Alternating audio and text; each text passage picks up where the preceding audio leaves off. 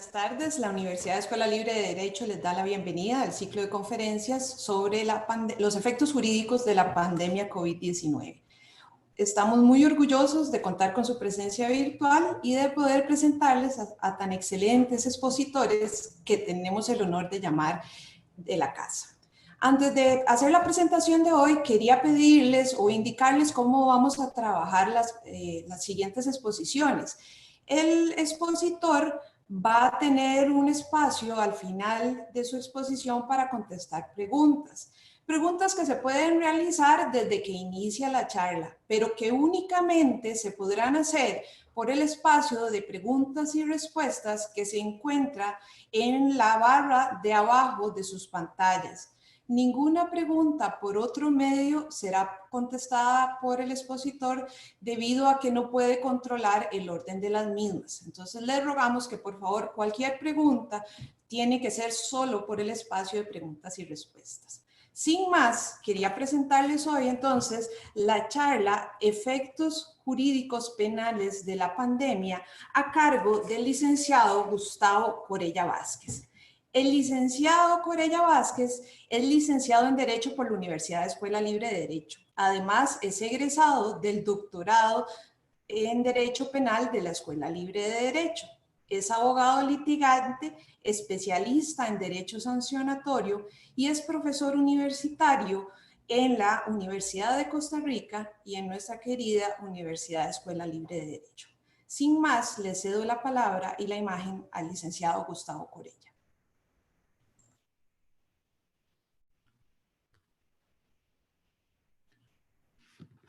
Buenas tardes a todas las personas que se han conectado a este ciclo de charlas. Pareciera que puede ser pretexto el tratar de vincular un tema como el del COVID-19 a cualquier área humana, y entonces podría hablarse de muchas cosas y el COVID, o buscar las relaciones. Sin embargo, creo altamente acertado este ciclo de conferencias, porque para aquellos que creemos en el derecho y en el derecho penal como un producto humano para seres humanos, que tiene una finalidad y que no tiene una finalidad en sí mismo, pues claramente el derecho es reactivo a los cambios sociales.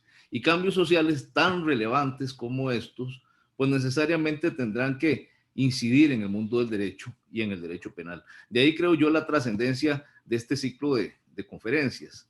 Me toca a mí la responsabilidad de hablar sobre algunos temas del derecho penal, de la parte general, y hacer un planeo con una selección de algunos tipos penales que podría verse afectados con el tema de la pandemia.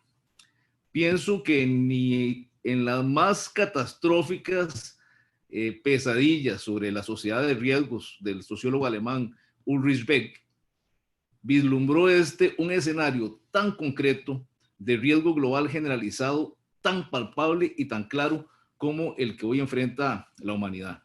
Escenario que va más allá de la seguridad de las fronteras, va más allá de la aparente estabilidad de los sistemas jurídicos y de los sistemas políticos. En una sociedad globalizada, nos decía don Ulrich Beck, el riesgo es global y la respuesta a este también es global. Y entonces, inclusive en el derecho, se dan fenómenos o creaciones que traspasan las fronteras.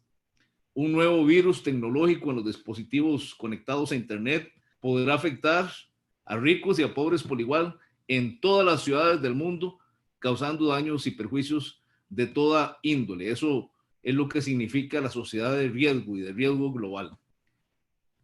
Este sentido en el que se desmoronan las seguridades va a modificar toda la actividad humana y también sus expectativas. Y por ende, hasta los productos más díscolos al cambio. El derecho es altamente conservador, cambia muy poco.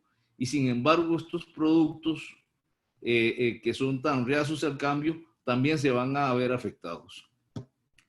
El derecho penal también va a ser reactivo y tampoco va a escapar al COVID-19, será contagiado sin lugar a duda, desde cualquiera de las formas en que lo concibamos, sea desde quienes lo ven como un sistema de normas, con un contenido sancionatorio que protege una selección de bienes jurídicos, o quienes, ideológicamente hablando, lo prefieren ver como una especie de camisa de fuerza que limita el poder punitivo del Estado. Vamos a hablar a continuación de algunos temas de la parte general del Código Penal relacionados con este evento mundial del COVID-19. Sería catastrófico, no solo a nivel sistémico dogmático, sino también en términos de contención punitiva del Estado, de contención del poder punitivo del Estado, que en esta coyuntura de emergencia se generen cambios sustanciales en los desarrollos dogmáticos en cuanto a la estructura del delito y sus componentes, que históricamente han generado seguridad jurídica y afianzado nuestra pretensión en cuanto a que expresamos un pensamiento sistemático y científico. Sin embargo, pese a esto, procedemos a realizar los siguientes comentarios respecto a la parte general en relación con esta crisis. Considero que la única concesión que en este momento hace tambalear a la doctrina y que genera reales expectativas de cambio de frente a esta transformación social que estamos viviendo, es una discusión que ya existía desde mucho antes de los tiempos del COVID-19 y se trata de si es posible o no desarrollar con coherencia una dogmática que admita la responsabilidad penal de la persona jurídica. Considero que desde la teoría de la ficción de Savigny, más allá del dogma societas delinquere non potest, que en Franz von Liszt significa incapacidad de acción y de culpabilidad de la persona jurídica, von Liszt creía que eso era, que la persona jurídica no tiene capacidad de acción ni culpabilidad. Considero que la persona jurídica en nuestro actual sistema jurídico, al tener plena capacidad para actuar en nuestro ordenamiento jurídico, independientemente del proceso colectivo que genere la toma de sus decisiones, puede concretizar su voluntad en acciones visibles que inciden en el mundo exterior, que serán siempre conscientes y cuyo reproche de culpabilidad, a fin de cuentas, vendrá de parte del sistema jurídico en cuanto a la gravedad de la lesión que se ha generado.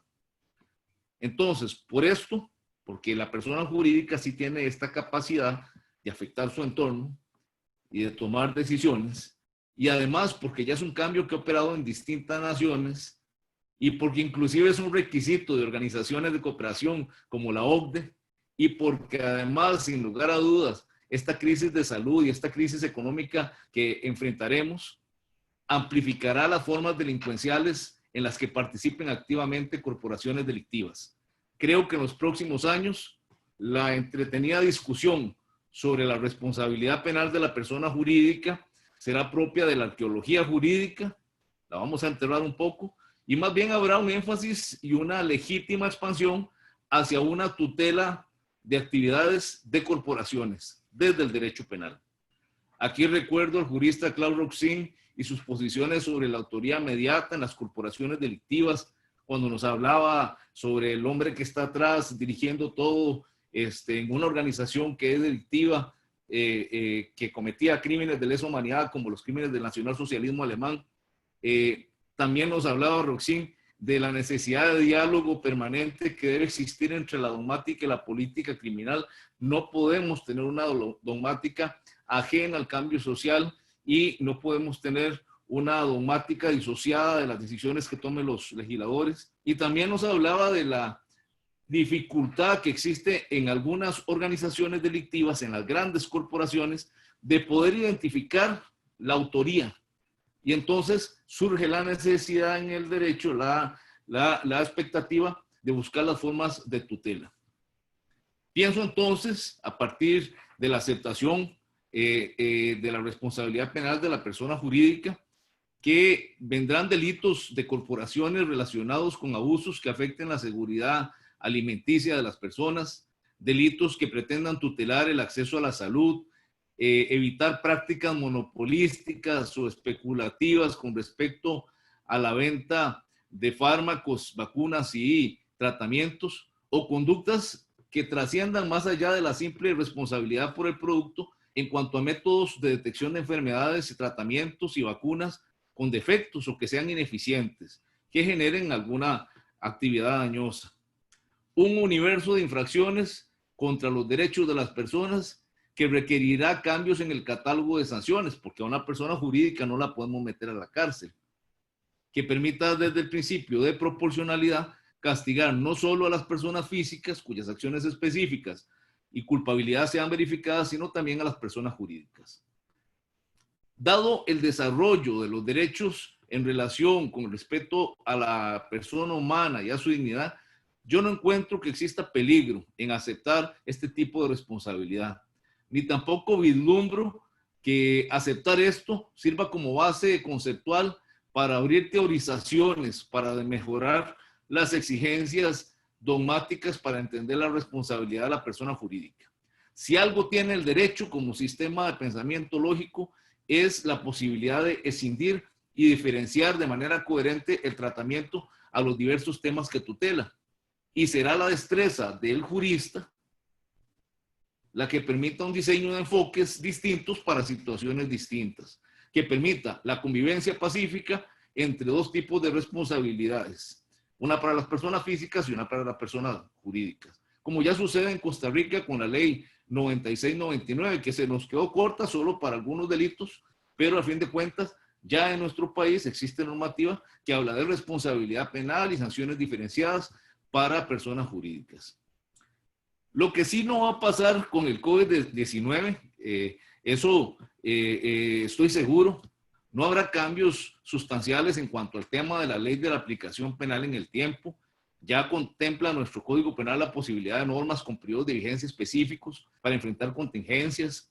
También no variará la ley penal en el espacio, la aplicación de la ley penal en el espacio. Ya se regula la posibilidad normada de extraterritorialidad, de aplicación por vía de excepción de la ley penal fuera de nuestro territorio. Temas como el dolo directo o el dolo eventual, la responsabilidad por culpa consciente o inconsciente, la participación criminal, la dogmática sobre los errores de tipo y de prohibición, temas de autoría directa, autoría mediata, la dogmática de la tipicidad, de la tentativa, del desistimiento, de las reglas de los concursos o inclusive el tema trascendental del análisis de culpabilidad. Creo que eso se va a mantener muy estable pese a esta crisis. Ya el mundo ha tenido crisis anteriores y ya la dogmática penal tenía elementos evolutivos importantes que se han mantenido hasta estas fechas y no hubo cambios relevantes. Tuvimos guerra mundial, tuvimos otras pandemias en otras partes del mundo y nada de eso pues afectó estos temas que dichosamente todavía se mantienen dentro del pensamiento jurídico penal. Eso hablaría muy mal de la ciencia del derecho penal. Un derecho penal veleta es necesariamente un derecho de subjetividades y es el derecho que legitima siempre a las dictaduras y a los abusos de poder. Sin embargo, a partir del COVID-19, considero que sí podría haber alguna incidencia en algunos puntos que conectan discursivamente con la parte general del derecho penal desde los siguientes aspectos, que no son una propuesta mía, sino más bien son un temor que tengo. ¿Temor a qué, por ejemplo? A la amplificación del ámbito de tutela a partir de la creación y revaloración de bienes jurídicos. Que el derecho penal se expanda mediante una nueva política criminal que cree nuevos delitos acordes a las expectativas que presenta la sociedad, posiblemente relacionados con seguridad alimenticia, con economía, con la salud. Ya habrá quien, muy asustado, piense inclusive en la posibilidad de reprimir a personas penalmente, personas desobedientes, mediante la creación de un delito culposo, por ejemplo, de contagio de enfermedad infectocontagiosa, por no tener la persona el debido cuidado con el protocolo de estornudo, ¿verdad? A partir de estas crisis se crea una paranoia, se crea un temor y la necesidad de seguridad en la población que a veces un legislador sin la adecuada orientación dogmática reproduce en leyes que no encuentran coherencia con el pensamiento penal moderno y además con el respeto a derechos y a garantías y a las reglas de un derecho penal mínimo. También temo a nuevos enfoques desde el tema de la antijuridicidad, con énfasis en el del valor de las acciones peligrosas y no del resultado. Es decir, se crearán nuevos delitos de peligro y según la fragilidad de cada sistema punitivo y además de eso, según la fragilidad conceptual, dogmática de estudio de los operadores que resuelvan casos específicos, conflictos específicos, creo que podrá haber un debilitamiento de las exigencias de antijuridicidad material o lesividad que hasta hoy evitan que el derecho penal se disocie de los conflictos humanos para convertirse en un fin en sí mismo. Esto es altamente peligroso. Se supone que detrás de una sanción penal tiene que haber un conflicto real, algo que le haga daño realmente a las personas, que dañe realmente a la sociedad, que no sea simplemente una infracción normativa y que se tutele porque el derecho penal es un fin en sí mismo. Esto es altamente peligroso. Puerta peligrosa que puede abrir el jurista al legislador represivo, que busque crear a ultranza delitos de peligro. Y hablo en específico de los delitos de peligro abstracto. Todo ello bajo la dogmática de las teorías neonormativistas o funcionalistas en su presentación obviamente más descarnada. Pienso en el fin de la protección de la norma en las posiciones del jurista alemán Gunther Jacobs, fincadas en artificialmente, claro está, en la teoría de sistemas autopoéticos del sociólogo también alemán Niklas Luhmann. También temo a un énfasis en la visualización de casos frontera desde el lente del dolo eventual y no desde la culpa consciente. Imagino, por ejemplo, un resultado muerte producto de un tratamiento médico experimental con el COVID-19 con algún nivel de éxito en unos pacientes, pero ese mismo tratamiento en otros pacientes más bien ha sido generador de condiciones adversas. Así como aplaudimos a los médicos y les hacemos canciones que enfrentan la tragedia del COVID, pues también posiblemente estaremos condicionados a buscar responsables humanos y a exigirles más, convirtiendo accidentes en asesinatos. Llevar del dolo eventual, ir de la culpa consciente o con representación al dolo eventual, pues es un salto muy cualitativo, muy importante, ¿verdad? Que significa muchos años de prisión y de reproche jurídico penal. Y podríamos vernos tentados a ir disminuyendo más todavía las posibilidades de aplicación de la dogmática de la culpa consciente o con representación y a ver más las cosas con más exigencia para convertir muchas infracciones en dolos eventuales.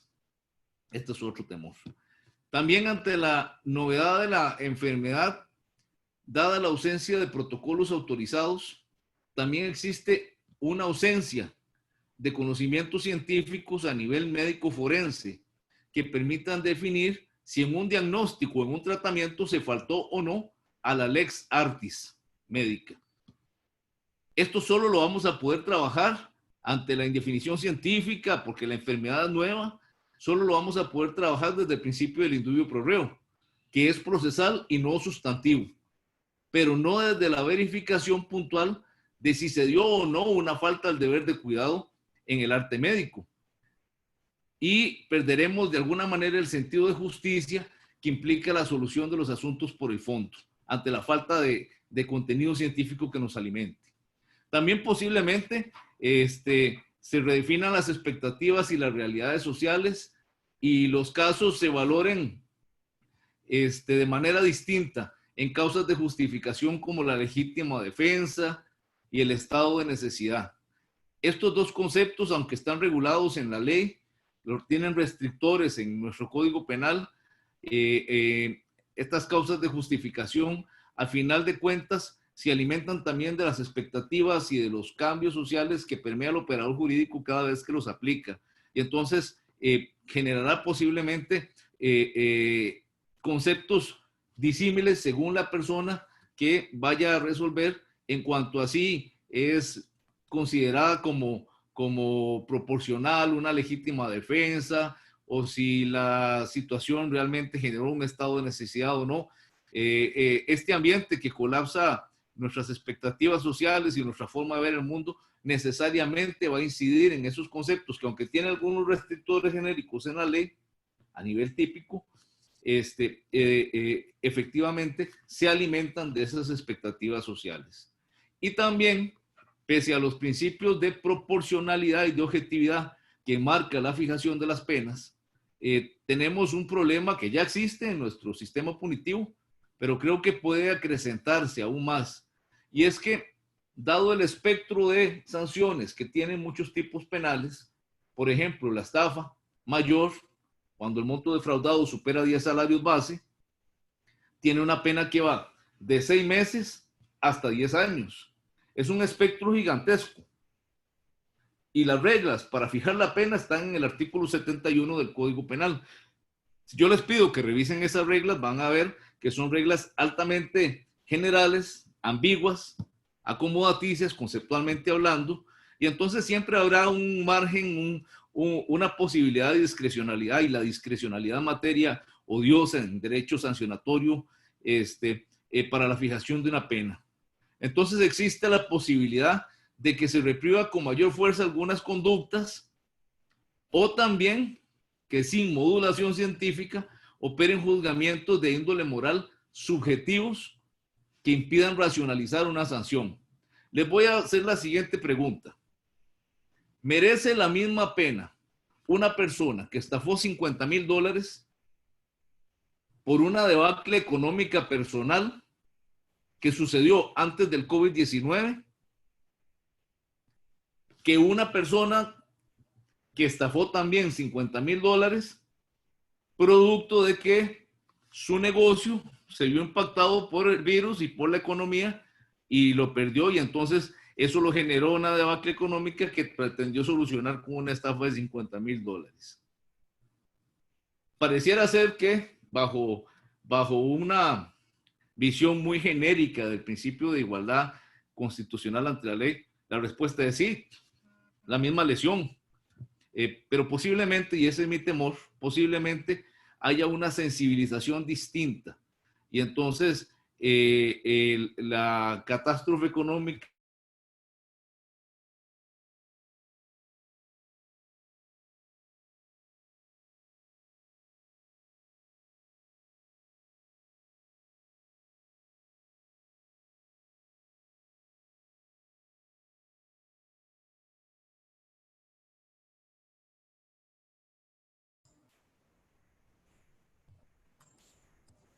Mil disculpas, en este momento perdimos a don Gustavo. Ustedes saben que estas situaciones de transmisión en vivo, vamos a tratar de recuperarlo y ya seguimos con la charla. Muchísimas gracias.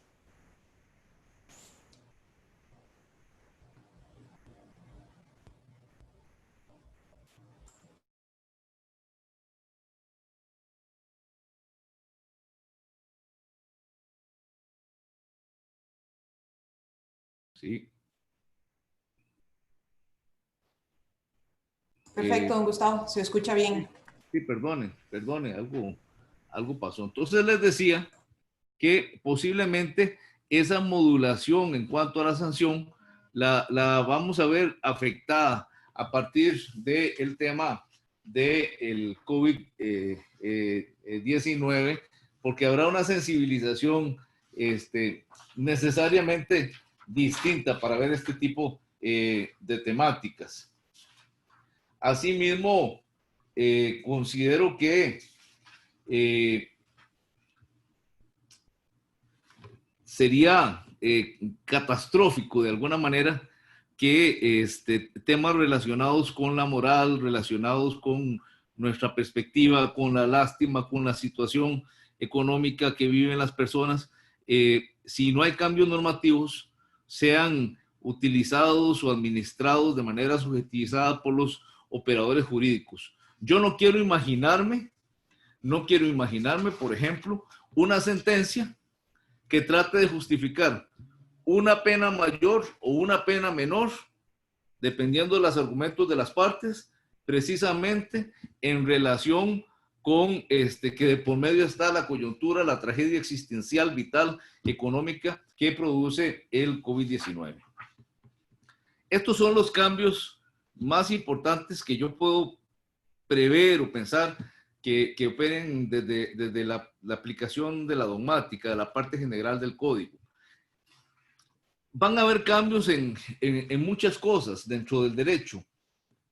Pienso que en el derecho penal, en la parte especial específicamente, variarán algunas cosas. Se me ha pedido que me concentre en los delitos de defraudación y específicamente en el delito de administración fraudulenta.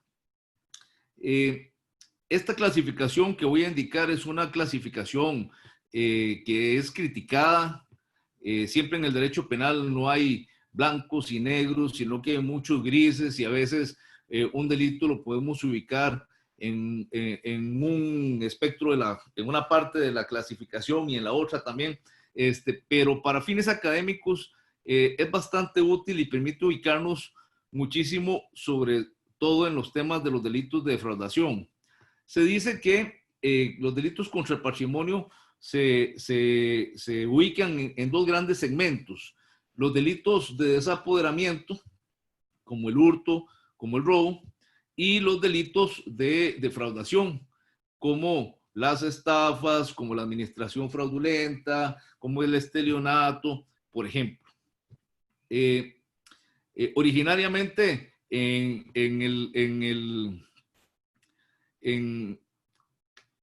el derecho romano se llamaba estelionato a todos aquellos delitos públicos que no tenían un nombre específico y se les ponía estelionato. Luego de eso, el concepto se utiliza para llamar a los delitos en donde hay una falsedad o hay una especie de engaño, y entonces a la gran mayoría de delitos de defraudación se les llamaba de esa manera. Con posterioridad, pues, la especialidad hizo que un delito en específico se quedara con ese nombre y pues surgieran otros nombres para las otras delincuencias, como la estafa, como la administración fraudulenta. Y se utilizaba el concepto de estelionato porque así se llamaba a una especie de camaleón que es precisamente la que permite, la que puede mimetizarse con el ambiente y entonces, de alguna manera engañar, ¿verdad? Entonces, primero era para delitos que no se podían clasificar, eran engañosos, no se tenían un nombre específico, y luego para conductas de falsedad. Entonces, los delitos de desapoderamiento, como los hurtos y los robos, y también los delitos de defraudación, como las estafas, que son un delito de autolesión patrimonial en la que medio un engaño, y la administración fraudulenta, que es un delito de lesión del patrimonio dejado a cargo, en el que hay un abuso de confianza por parte de quien realiza la conducta. Nos dice la criminología que desgraciadamente en estos tiempos de crisis económicas, estos delitos se detonan, ¿verdad? Porque hay incertidumbre.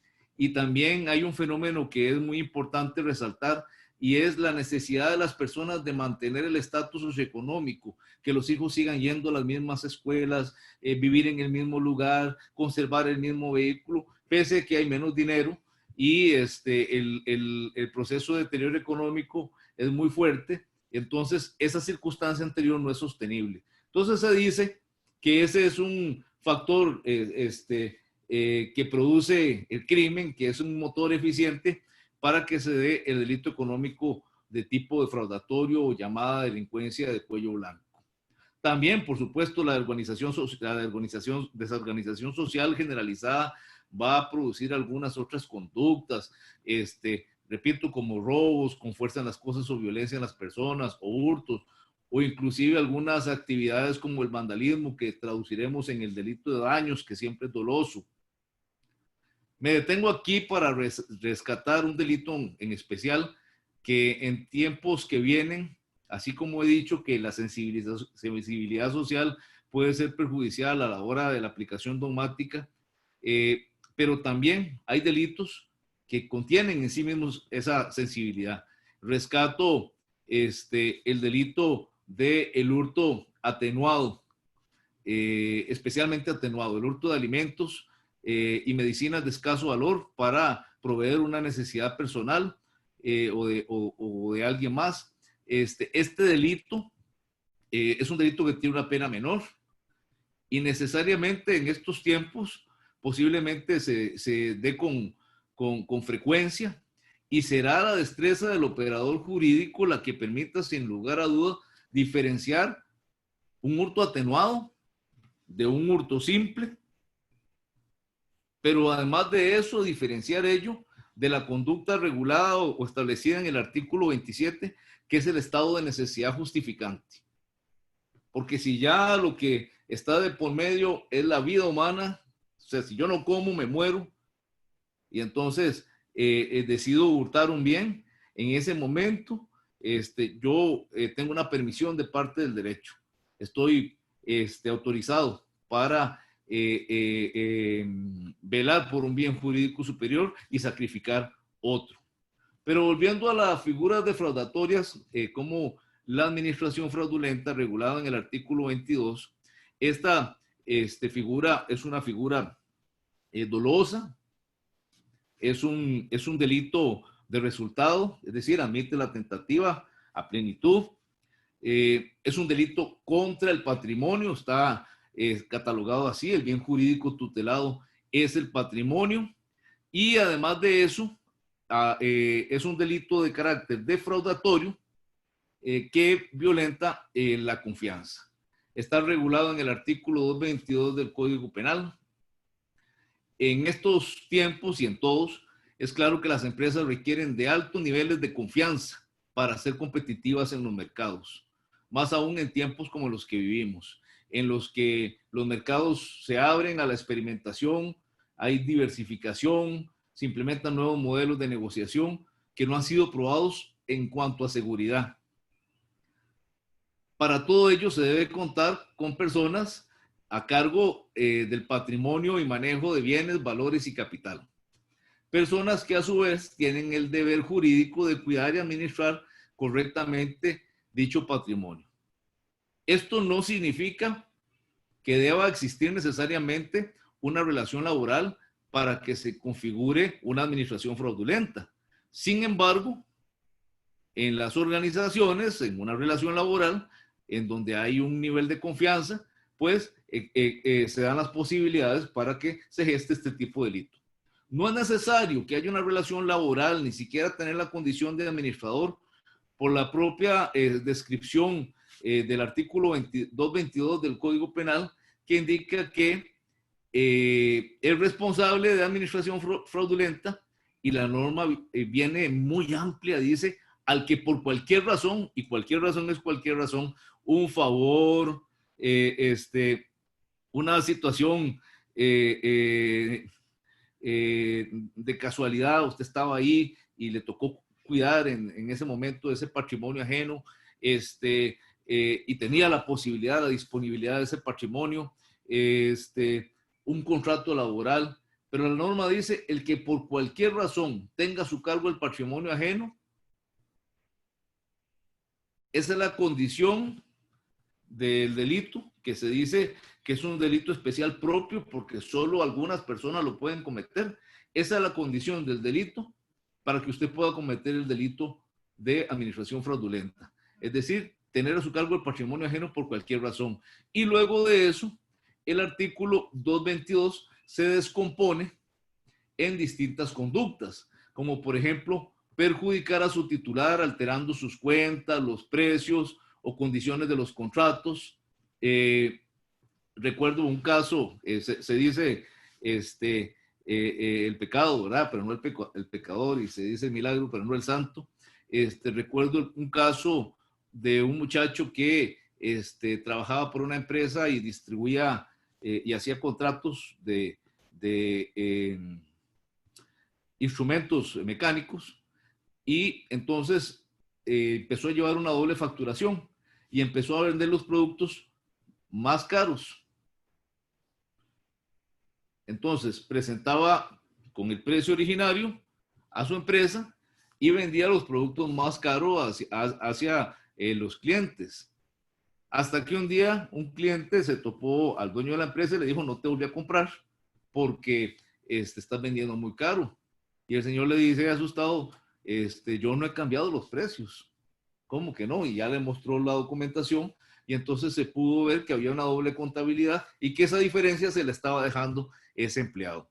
El inciso B dice suponer operaciones o gastos exagerados a los que se hubiera hecho. Hay empleados que tienen una disposición de patrimonio muy grande con respecto a temas como los viáticos, por ejemplo. El empleado que hace cobro a la empresa de viáticos inexistentes, que los exagera, que se pone de acuerdo con alguien para que le dé una factura, le dé un recibo, porque las cuentas de los restaurantes eran más altas, etcétera, y que engaña así a su patrono respecto al patrimonio que está también bajo su cargo, que él tiene el deber de custodiar y de proteger, pues también conoce esta conducta. Y ocultar o retener valores, porque esto no es un hurto, por ejemplo. Porque esto no es un hurto. Porque yo no puedo, voy a usar una palabra que no existe, auto-hurtarme. Yo no puedo autodesapoderarme. Yo no puedo como meter una mano en un lado y hacer como que no veo y pasarme la plata para el otro lado. Si los bienes, si el patrimonio, si el capital está a mi cargo, yo lo que estoy es violentando la confianza cuando yo retengo esos valores o cuando lo oculto, que es como dice el inciso C del artículo 22. Y por último, hago un comentario especial o resalto de manera especial el inciso D del artículo 222, porque ya vimos que la norma del 222 inicia de manera amplia al que por cualquier razón tenga el patrimonio a su cargo, luego se desgrana en conductas más específicas, pero con posterioridad en el inciso en el inciso D, vuelve a abrirse de manera peligrosa, porque también se comete administración fraudulenta cuando por cualquier razón yo empleo el patrimonio de manera abusiva o de manera indebida. Y en esos conceptos indeterminados, que son lo abusivo y lo indebido,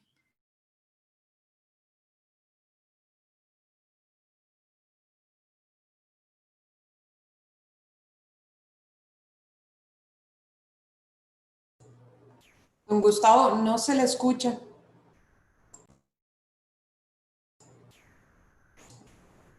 Nuevamente vamos a darle un segundo, don Gustavo, para que se pueda volver a conectar.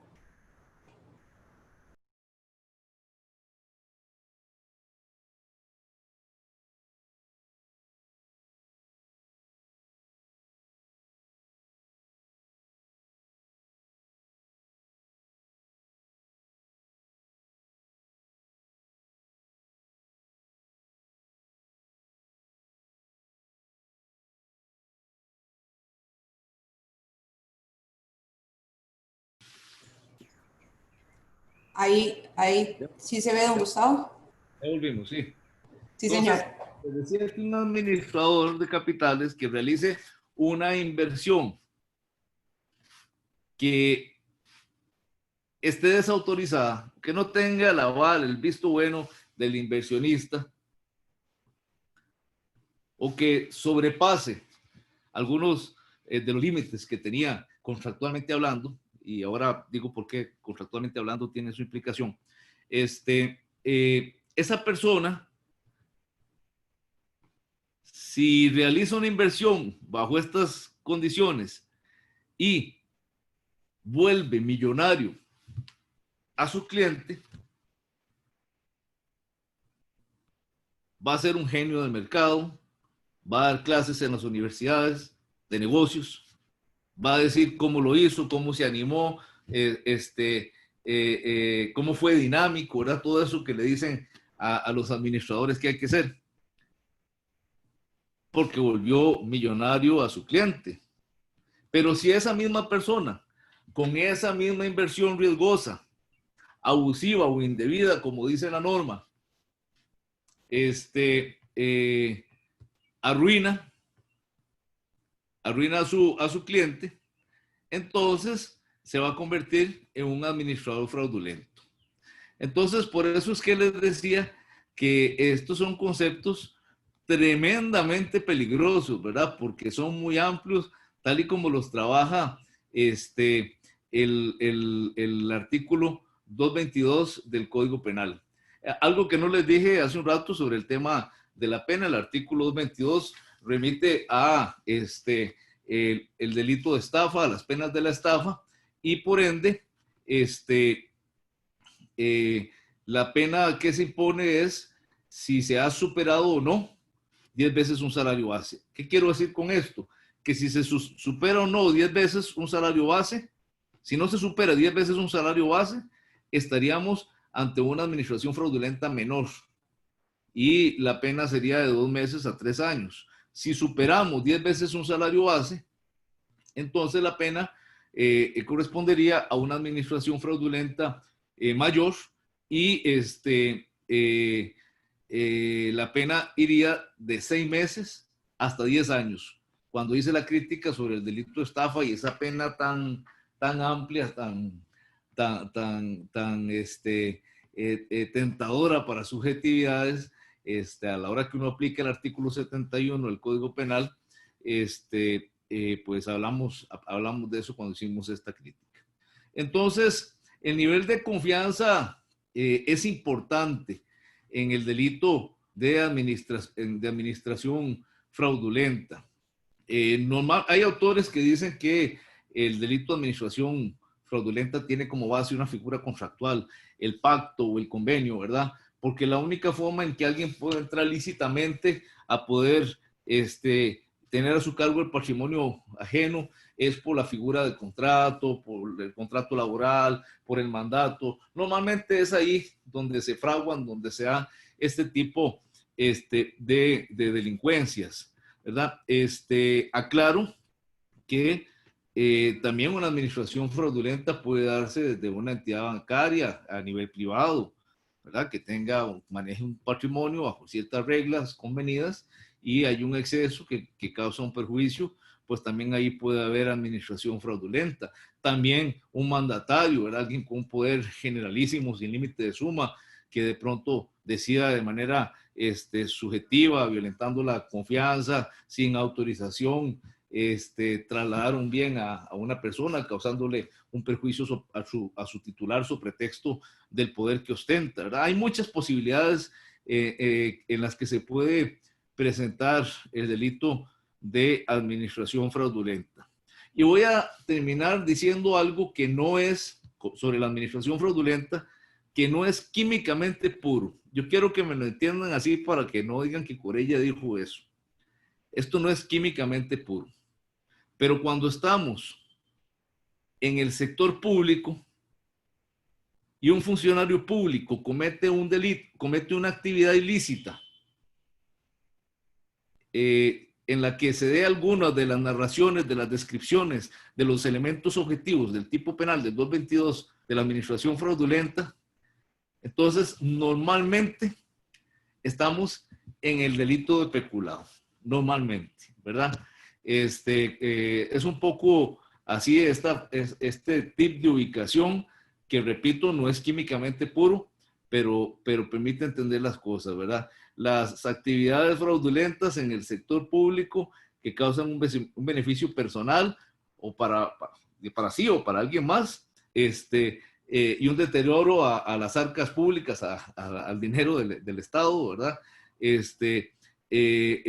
Normalmente es un delito de peculado, y cuando se dan las acciones que aparecen descritas en el 222, y si estamos en el sector público, estaríamos frente a un delito de peculado por especialidad y no ante una administración fraudulenta. Hubo un caso, no voy a decir nombres, no voy a citar ninguna especificación, pero hubo un caso en donde se decía que un empleado bancario que tomó un dinero de un banco había cometido un hurto, dijo un defensor.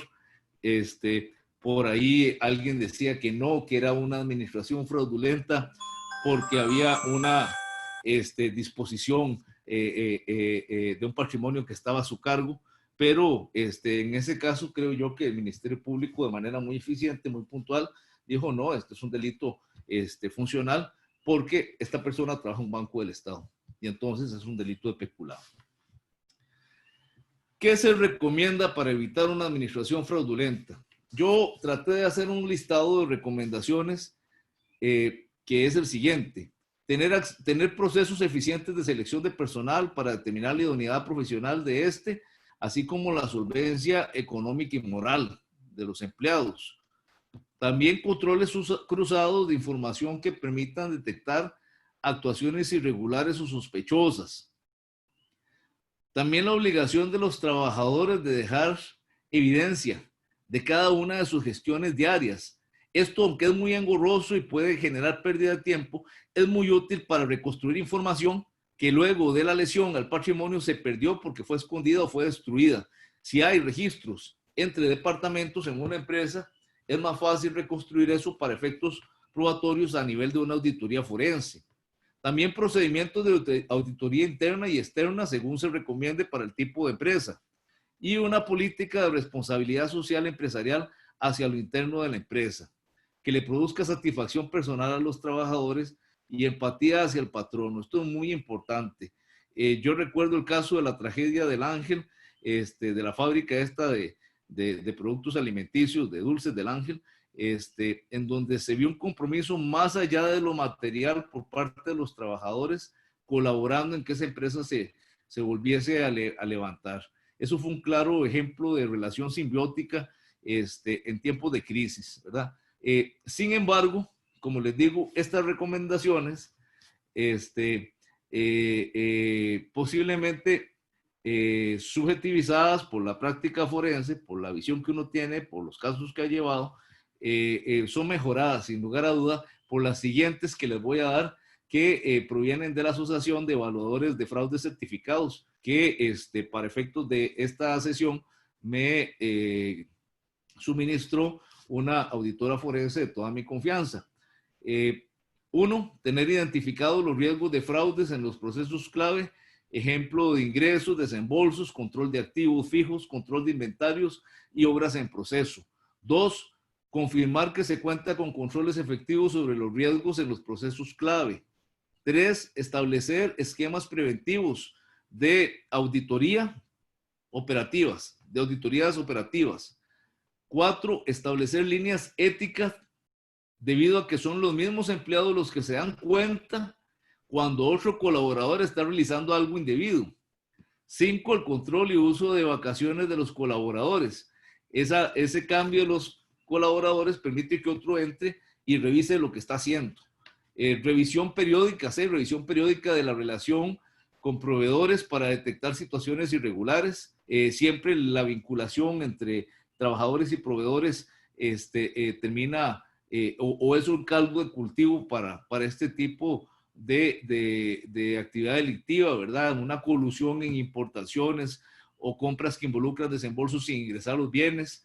También 7, el control sobre la base de datos de proveedores de forma que se evite incluir proveedores fantasmas. 8, el inventario periódico de activos e inventarios. 9, la revisión de operaciones a través de email, acuerdos de compra, solicitudes de desembolso. 10, sesiones de capacitación a los empleados para evitar situaciones de fraude. 11, sesiones de capacitación, dice esta entidad, en integridad y ética. Y 12, verificación de las transacciones en 2 etapas antes de la autorización, es decir, que haya 2 filtros antes de que haya un desembolso económico. También 13, evitar que la misma persona inicie y apruebe transferencias bancarias, es decir, que haya un camino engorroso de verificación, de dobles check, por decirlo así. Y 14, evitar transacciones urgentes. Siempre que hay urgencia, se saltan los controles. Ante situaciones como la del COVID, en donde hay economías informales, donde hay dificultades de conectividad muchas veces porque las plataformas no son eficientes, como por ejemplo cuando se le va a uno el internet, Cuando hay situaciones de urgencia, muchas veces se dan las cosas de manera diferenciada y sin los controles normales. Y es ahí donde alguien con un exceso de confianza puede cometer un delito de estos. Este delito de administración fraudulenta también lo pueden realizar corporaciones financieras, repito, que administran patrimonio, y ahí se levanta la última norma del artículo 216 del Código Penal en cuanto a las penas. Recordemos que la administración fraudulenta remite al delito de estafa, y el artículo 216 al final dice: las penas precedentes se elevarán un tercio cuando los hechos señalados los realice quien sea apoderado o administrador de una empresa que obtenga total o parcialmente sus recursos del ahorro público, o por quien personalmente o por medio de una entidad inscrita o no inscrita de cualquier naturaleza haya obtenido sus recursos total o parcialmente del ahorro público. También pienso en estructuras modernas tipo piramidal, de individuos que trabajan y disponen de patrimonio ajeno, de inversionistas. Estos individuos muchas veces se autodenominan brokers porque seguro vieron la película de Lobo de Wall Street de Leonardo DiCaprio, y entonces le dicen a una persona que ellos son expertos en manejar patrimonio, obviamente de manera informal, de manera desautorizada, y esta actividad, al ser poco controlada, puede ser peligrosa y puede generar este tipo de delincuencias. Siempre en actividades reguladas y en actividades no reguladas o peligrosas, en donde hay disposición de patrimonio ajeno, a mí me parece altamente útil una frase que se acuñó, salió del juicio famoso aquel del Banco Germano, y que también fue utilizada en la sentencia del juicio del Banco Elke, en el que tuve alguna participación. Y recuerdo que la frase más o menos decía así: el único destino lícito de un patrimonio es el que fue acordado y autorizado por su titular. Y en ese aspecto es cuando se levanta la idea de que el convenio o el contrato es la base angular normalmente para determinar si hubo o no un abuso de confianza en el delito de administración fraudulenta. En estos tiempos líquidos, como dicen los filósofos, la confianza en el pacto y el respeto a es la única garantía real para no ser víctima, ¿verdad? Al final de cuentas, todas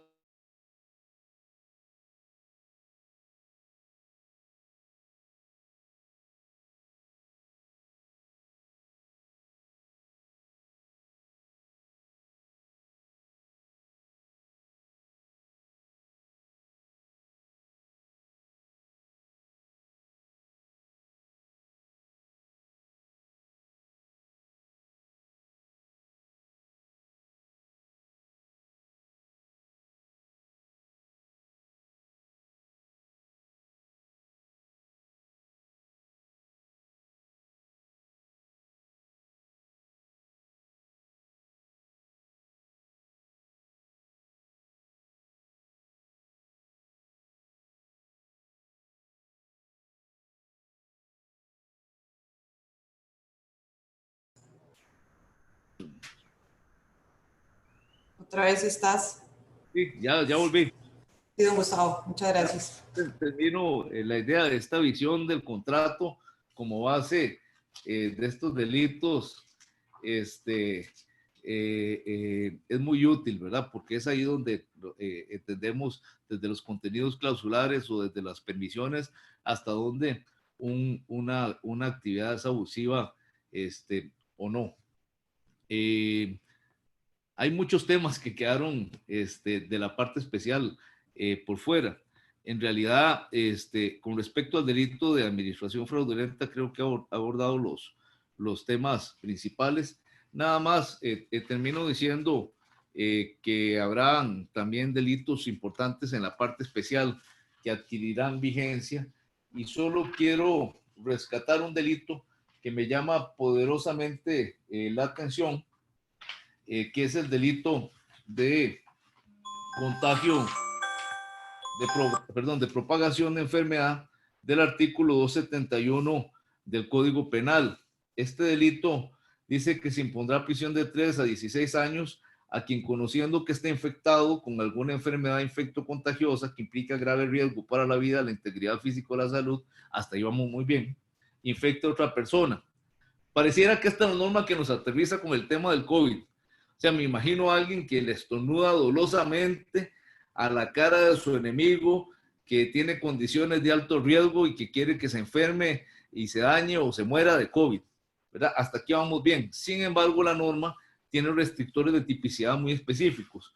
En los casos en que donando sangre o sus derivados, semen o leche materna, tejidos o órganos, o manteniendo relaciones sexuales con otra persona sin informarle de la condición de infectado, o utilizando un objeto invasivo, cortante o de punción que haya usado previamente en él. ¿Qué les quiero decir? Que la norma más cercana que me encontré a un supuesto como el que les digo es esta, y no nos va a servir desde la prohibición de analogía del artículo 2 del Código Penal, porque establece restrictores muy específicos, ¿verdad? Donando material orgánico o manteniendo relaciones sexuales o con un objeto invasivo o cortante. O sea, estornudándole al enemigo en la cara y pegarle el COVID-19, esta norma no es eficiente. Por aquello que el legislador tenga que salir en carrera a buscar una ampliación de esta norma o una modificación de esta norma. Y la otra norma que también habla de estos temas de contagios es el artículo 130 del Código Penal, pero tampoco nos sirve porque es un contagio doloso específicamente de enfermedad venérea. Así que desde una casuística específica donde alguien le estornuda en la cara a su enemigo para pegarle el COVID-19 y matarlo, así, porque tiene alto riesgo,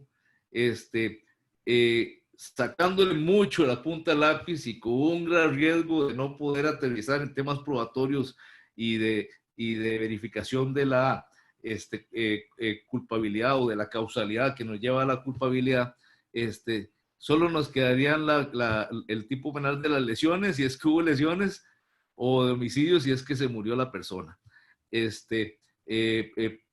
Porque las normas no aterrizan estas posibilidades como las que nos tienen pensando en estos tiempos de pandemia.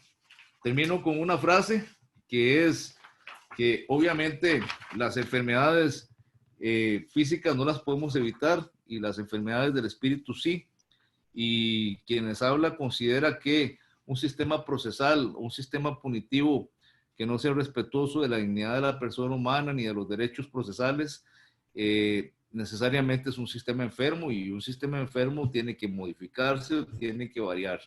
Esto lo digo por la última parte de la que quería hablar, y no tendré suficiente tiempo, por respeto al tiempo de ustedes, que es el tema del derecho procesal. Termino con esto. Termino con esto. El sistema punitivo ya vivió una pequeñísima crisis con algo parecido a esto, que fue hace unos meses con una epidemia de paperas que sucedió en el sistema carcelario, en algunas cárceles. Esa pequeña epidemia de paperas generó un trastorno que incidió en algunos casos en la violación de derechos fundamentales de privados de libertad, que no pudieron asistir a audiencias, en los que por tolerancia de algunos defensores se permitió la realización de audiencias sin mayor alegato, aunque no estuviese subrepresentado, incluyendo audiencias sobre medidas cautelar, sobre prórrogas de medidas cautelar, por ejemplo, prórroga de prisión preventiva. En algunos casos escuché que se hizo o se intentó el tema de la videoconferencia, y es que había una medida de salud de que estas personas no salieran del centro penitenciario.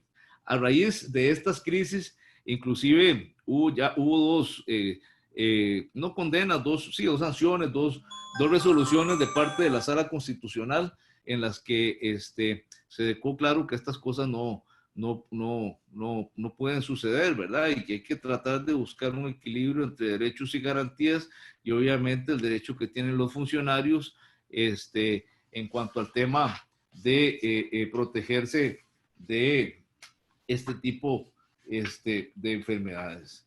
Entonces, yo considero que un sistema procesal democrático debe considerar, al menos evitar lo siguiente: presos con o sin condena en ambientes peligrosos con altas posibilidades de contagio del virus, traslados inadecuados de los presos entre los distintos centros penitenciarios y de estos a los tribunales de justicia y agencias fiscales con riesgo de contagiar el virus, audiencias con violación al derecho de defensa material del imputado justificados en restricciones de salud, por ejemplo, una cuarentena ordenada por el Ministerio de Salud, presos sin atención médica adecuada y sin un expediente médico único y asociado al de la Caja Costarricense del Seguro Social, violaciones al derecho de defensa técnica y material por restricciones que obstaculicen la comunicación privada y amplia entre imputados y defensores. Vean lo difícil que es ingresar a un centro penitenciario en el que hay una restricción de salud. Por ejemplo, yo tuve la experiencia en la cárcel de la Leticia de que sí que espere 3 horas para ver a una persona. Me dijeron que no podía entrar sin cubrebocas y sin guantes. Y entonces yo dije, no, pues yo no tengo ninguna objeción en entrar sin cubrebocas y sin guantes. Y me dicen, sí, pero es que hay que ir a comprarlo al centro poblacional más cercano, porque ellos no lo tienen. Entonces, eso implica tener que devolverse a ver si uno encuentra guantes y cubrebocas. Y en tiempos de COVID, pues parece ser que estos son artículos muy difíciles de conseguir. Violaciones al derecho, al tema de los presos sin condena. Cabe la posibilidad de que haya una presión muy importante si esta cosa se agrava, si se nos sale de control, que por un efecto preventivo especial negativo, es decir, una amenaza a la sociedad, conductas muy simples se magnifiquen, y entonces la violación de una restricción de las medidas que da el Ministerio de Salud, esa violación a ese tipo de restricciones se encuentra regulada en el Código Penal. Puede ser que eso se magnifique al punto en que inclusive genere algún tipo de detención o una privación de libertad por un tiempo determinado, utilizándose la prisión preventiva, como ha sucedido desgraciadamente en otros lugares, como una especie de amenaza, es decir, como una sanción anticipada, ¿verdad? Un incremento de los casos de flagrancia también, y también algunas decisiones subjetivizadas en el tema de medidas cautelares con el tema del COVID. Ya también, no digo personas o casos específicos, pero ya yo he participado en audiencias en donde un imputado peligroso, con condiciones peligrosas, con peligro para la víctima, su defensor presenta un alegato de que tiene una afección cardíaca, problema, y que es paciente de alto riesgo, y que en la cárcel está en peligro y que se están violentando sus derechos humanos y que entonces hay que sacarlo de la prisión preventiva con peligro para la víctima. También he participado en audiencias en donde la justificación para que una persona pudiese salir de prisión preventiva para ir a trabajar a un lugar en donde se ofrecía una oferta laboral fue precisamente el siguiente argumento: que en tiempos de crisis económica y del COVID no se puede despreciar una oferta laboral. No estoy diciendo que esto no sea justo, a mí me parece bastante razonable. Lo que quiero decir es que eso no puede informar las decisiones de los jueces en nuestro país. Y todo este mare magnum que significa esta pandemia, pues nos lleva muchas veces a temas como los que he tratado de comentarles el día de hoy. Creo que ya es el momento de ir finalizando, así que vamos a revisar la parte de preguntas y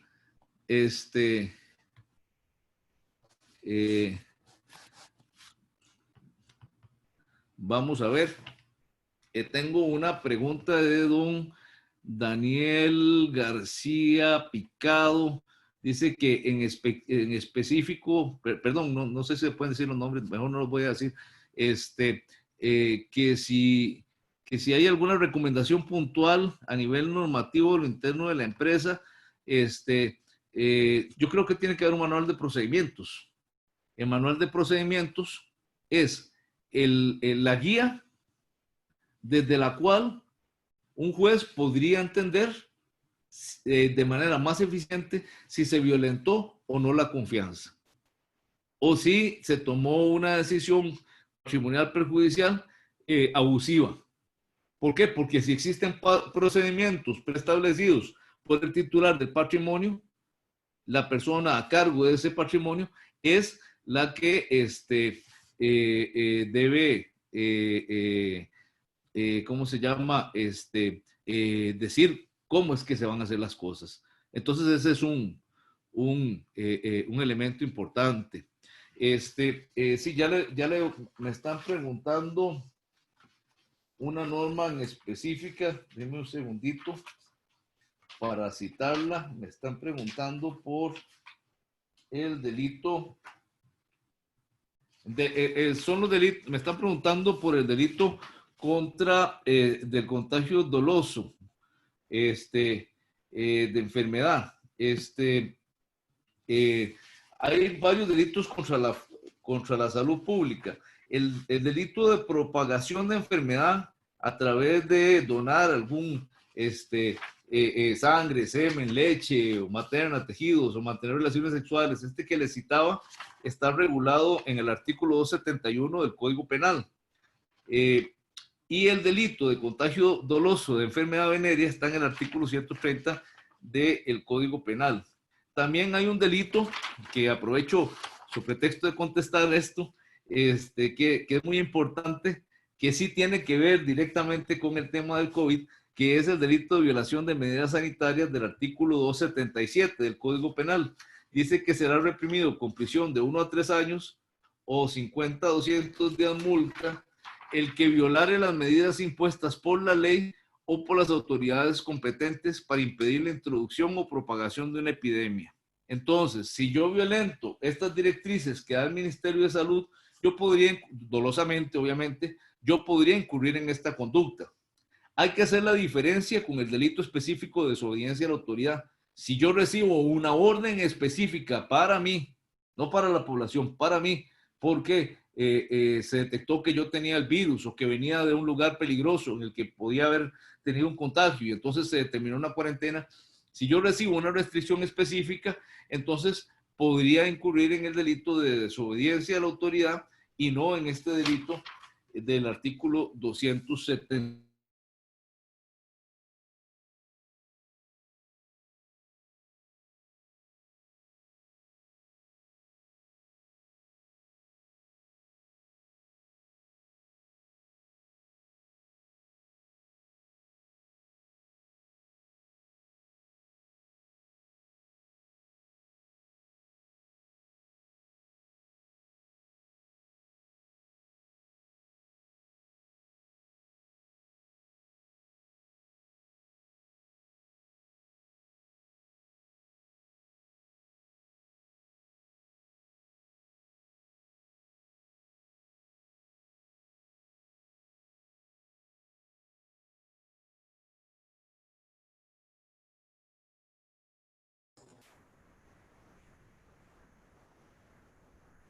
¿Me escuchan? Sí.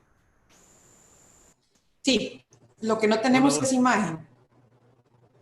Sí. Don Gustavo, no tenemos la imagen todavía, el pero estornudo, ahí, en este momento. Ahora sí. Sí, les decía que el estornudo no funciona porque no hay una donación específica de sangre, semen, leche o sus derivados. Tampoco hay relaciones sexuales que sea el medio que conduce o que infecta a la otra persona, y tampoco se está utilizando un objeto invasivo, cortante o de punción. Por eso no funciona, porque desgraciadamente, eso es una garantía constitucional más bien. Específicamente el artículo 2 del Código Penal expresa una prohibición de analogía. Yo no puedo decir esto es parecido a esto, eso es una analogía. Y en este caso, el tipo penal está cerrado solo a estos supuestos y no a otros.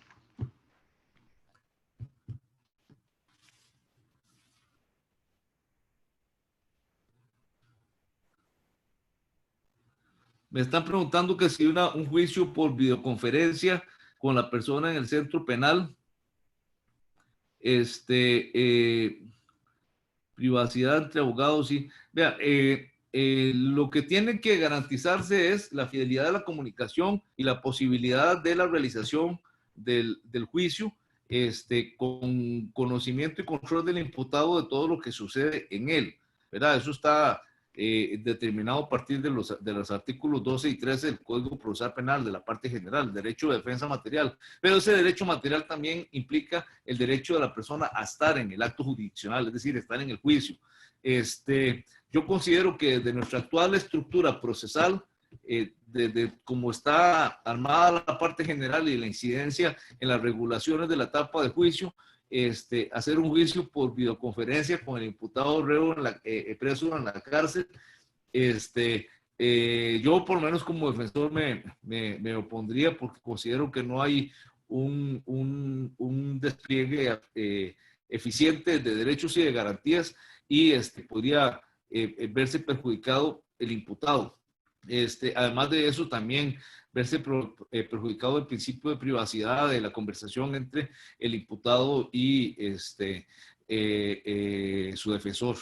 En las salas de juicio, normalmente hay una celdita donde el imputado, en algunas partes del debate, donde no puede tener contacto con la víctima, por ejemplo, lo pasan para ahí, y el imputado está ahí, a través de sus sentidos puede percibir todo lo que sucede, puede tomar notas, se le suministra para que tome notas, y se da un espacio para la defensa para que converse con el imputado y pueda conversar lo que corresponda a nivel de defensa técnica y material. Pero si ya eso genera algún pequeño trastorno que puede ser violatorio de derechos, haciéndolo de manera mediatizada a través de videoconferencia, yo considero que no es adecuado. Lo que sí considero que es importante es trabajar con los temas de prescripción, para que no prescriban causas con motivo de estas cosas, de esta crisis. Pero además de eso, considero que es importante sistemas eficientes de verificación si las personas están contagiadas o no. Porque me explico, las órdenes que da salud es: de esta cárcel no sale nadie. Pero dentro de la cárcel hay módulos en donde hay gente contagiada y otros módulos en donde no, como pasó con la cárcel de Pocosí con el trastorno de las paperas. Y sin embargo, bajo esa directriz de que no salía nadie, personas que no estaban contagiadas no pudieron participar de audiencias. Una situación de los privados de libertad a través del COVID. Yo creo que no se puede tomar una decisión generalizada de que tales privados de libertad van a ser puestos en libertad o por medios de monitoreo electrónico, nada más por el tema de la pandemia. Costa Rica tiene algunas situaciones que también son diferenciadas y son importantes de tomar en cuenta, ¿verdad? Un preso con COVID-19, por lo menos en el momento en el que estamos, puede ser que la situación degenere a una debacle así inimaginable en los sistemas de salud. Pero en el momento, un preso en nuestro sistema penitenciario con COVID-19 posiblemente sea un preso privilegiado y un paciente VIP, por razones obvias. Y entonces el sistema penitenciario tiene las condiciones para poder atender a estos pacientes, para hacer los traslados específicos. Si es necesario trasladarlo al hospital o aislarlo, pues existen protocolos para eso, pero creo que sería desacertado decir: todos los que tienen tales condiciones van a salir, todos los que entran dentro de tal categoría se quedan, porque de alguna manera eso violenta el principio de igualdad ante la ley, que significa que se tienen que tomar en cuenta mis condiciones especiales y personales e individuales, tanto en la fase procesal como en la fase de ejecución. Y en ese caso, esas decisiones generalizadas producen de alguna manera discriminación, positiva como negativa, ¿verdad? Entonces, cada caso en particular será el que determine si hay condiciones o no para pensar en una situación alterna a la prisión, como el arresto, ¿verdad? El arresto con monitoreo electrónico, por ejemplo, el arresto domiciliario con monitoreo electrónico, no como medida cautelar, sino como sanción. Dice, al no existir norma ética o legal que prohíba la ejecución de acto médico mediante el uso de dispositivos electrónicos para pacientes desde la casa, telemedicina, ¿qué implicaciones penales tendría para el médico que provee dispositivos si el dispositivo lanza una alerta, los signos vitales del paciente están irregulares, sufre muerte?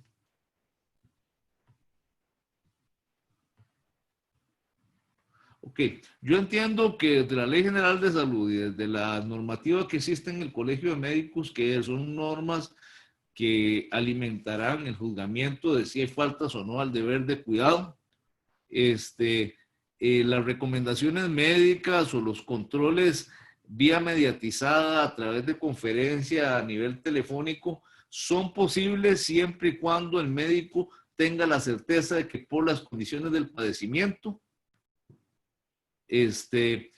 puede hacerse de esa manera. Me explico, cuando la persona tiene una crisis nerviosa y el médico, el psiquiatra le dice, tomate tal pastillita. No se van a esperar a hacer una cita, ni no, la persona está a punto de suicidarse, de hacer una locura, el médico le da algo para bajarle los niveles de serotonina y que se calme. ¿Ok? Eso se puede hacer, pero obviamente los médicos, desde sus reglas, desde la Lex Artis, tienen la posibilidad de verificar si un médico se excedió y al preferir la forma mediatizada de comunicarse y de entender la dolencia de su paciente, sacrificó su deber de verificar objetivamente qué era lo que tenía. Y entonces, si las personas no asisten a la cita médica o el médico prefiere tratarlas así, a control remoto, eso es posible y es permitido siempre y cuando no se ponga en riesgo la salud del paciente. Y perfectamente podría haber un dictamen médico forense que diga, en este caso, el médico jamás podría recomendar tal medicamento o recomendar tal tratamiento si antes no revisó físicamente al paciente, si no verificó esto y esto y esto que hay que verificar desde la Lex Artis. Y entonces podría haber un delito de lesiones culposas o un delito de homicidio culposo por una falta al deber de cuidado en la actividad médica, una mala praxis. ¿Alguna otra pregunta? Yo creo que bueno, aquí tengo una.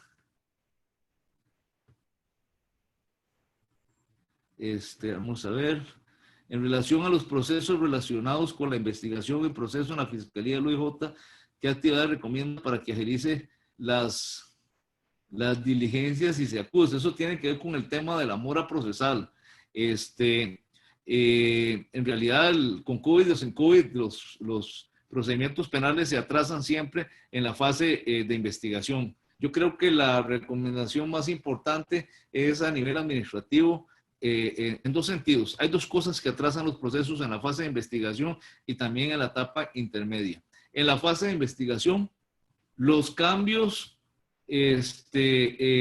generalizados y muy recurrentes del fiscal a cargo del expediente y de los funcionarios, de los auxiliares de los fiscales a cargo de los expedientes.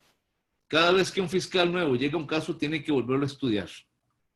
Y entonces ya el trabajo acumula, y como que no hay un sistema eficiente de registro del trabajo acumulado del fiscal, como para que el otro llegue y se ubique rápidamente. Entonces, usted nota en los casos que cada vez que cambien de fiscal, si usted pide una reunión o trata de explicar el negocio fiscal, tiene que empezar desde cero. Y en eso se van años, en casos que se podrían resolver más rápidamente. Y lo otro es en etapa intermedia, por la cantidad de veces que se suspenden las audiencias. por múltiples razones que tienen que ver por actividad de los mismos defensores de tipo dilatorio, por problemas de tramitación que implica devolver los expedientes a la fiscalía. Hay una serie de temas administrativos ahí que hacen que las audiencias se suspendan por cosas tan groseras y tan graves como que no se le comunicó a una de las partes, por no fijarse el auxiliar que hizo la convocatoria, y eso estropea una audiencia que las partes esperaron un año entero y llegan y hay que suspender y se convoca para dentro de tantos meses y se va de nuevo y tampoco esa vez se convocó a todas las partes y hay que suspender de nuevo. Yo creo que variándose eso puede ser que las cosas se agilicen un poco mejor.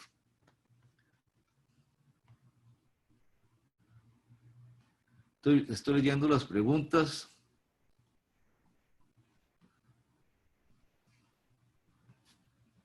Me están hablando de un hurto agravado del artículo 209 del Código Penal cuando uno se aprovecha de una conmoción pública y hurta una computadora, una persona, que el lugar está muy lleno y se aprovechan. Que esté muy lleno no es importante. Tiene que haber una situación que generó una crisis específica, como por ejemplo que se detecte a una persona ahí que caiga, que esté con fiebre y que empiece a toser y todo el mundo diga tiene COVID y entonces todo el mundo corre y alguien coge la computadora y sale corriendo. Ahí sí podríamos entrar en esa conducta. Y luego, por último, en cada emergencia debemos estar atentos a los excesos. ¿Cuál es el límite teniendo en cuenta que se trata de preservar la salud? Raúl Zaffaroni. Yo creo que no se trata de límites, sino más bien de equilibrio. De equilibrio. Siempre la historia de todos los sistemas procesales, que es la forma en que se concretiza el ejercicio del poder punitivo, al final termina en un proceso. Ese es el instrumento para ejercer el poder punitivo, y me pongo la camiseta de Zaffaroni diciendo que el derecho penal sirve para limitar el poder punitivo del Estado. Siempre que en los procesos penales surge la misma disyuntiva, la misma pregunta: ¿cómo concilio razones prácticas con principios? ¿Cómo garantizo el derecho de defensa, pero además evito que el imputado no dilate el proceso contando historias que nada tienen que ver con la causa? Por ejemplo, ¿cómo un juez puede callar al imputado y decirle, mire señor, usted tiene derecho a declarar, pero refiérase solo al tema por el cual estamos aquí? Eso lo puede hacer un juez. Ahí está estableciendo un equilibrio entre derechos y razones prácticas. ¿Qué quiero decir con esto? Que está bien, se trata de preservar